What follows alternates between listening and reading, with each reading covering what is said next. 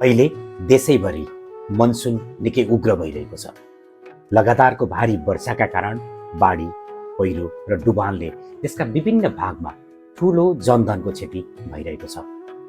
यस्तो संवेदनशील समयमा हाम्रो एउटा सानो असावधानीले पनि घातक दुर्घटना निम्त्याउन सक्छ। त्यसैले आफू र आफ्नो परिवारलाई सुरक्षित राख्न यो भिडियो अन्तिमसम्म हेर्नुहोला र सबैलाई सचेत पनि गराउनुहोला। अहिले हाल नारायणगढ मुगलिन सडक खण्ड लगायतका देशभरिका मुख्य राजमार्ग र पहाडी सडकहरूमा पहिरोका कारण निकै असुरक्षित भइरहेका छन्। यात्रामा निस्किनै परे सडकको अवस्था बुझेर मात्रै निस्किनुहोला।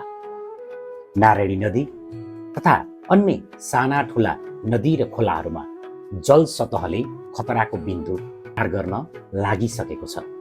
नदी आसपास र पहिरोको जोखिम भएका ठाउँहरूमा बस्नुहुन्छ भने विशेष चनाखो हुनुहोला। सामाजिक सञ्जालमा आइरहने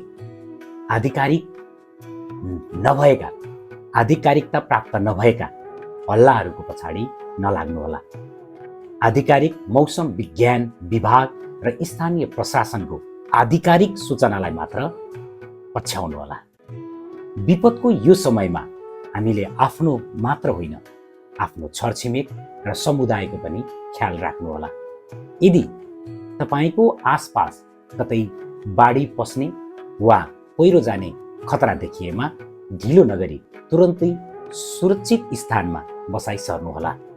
आपतकालीन सहयोगका लागि नेपाल प्रहरीको 100 र सशस्त्र प्रहरीको 1114 र एम्बुलेन्स सेवाका लागि 102 मा तुरन्त सम्पर्क गर्नुहोला। याद राखौँ, विपद पूर्व सूचना दिएर आउँदैन, तर हाम्रो पूर्व तयारी र सचेतनाले ठुलो दुर्घटना अवश्य टर्न सक्छ। सचेत बनौँ, सुरक्षित रहौँ। यो महत्त्वपूर्ण सन्देशलाई धेरैभन्दा धेरै सेयर गरेर आफ्ना आफन्त र साथीभाइ समक्ष पुर्याउनुहोला।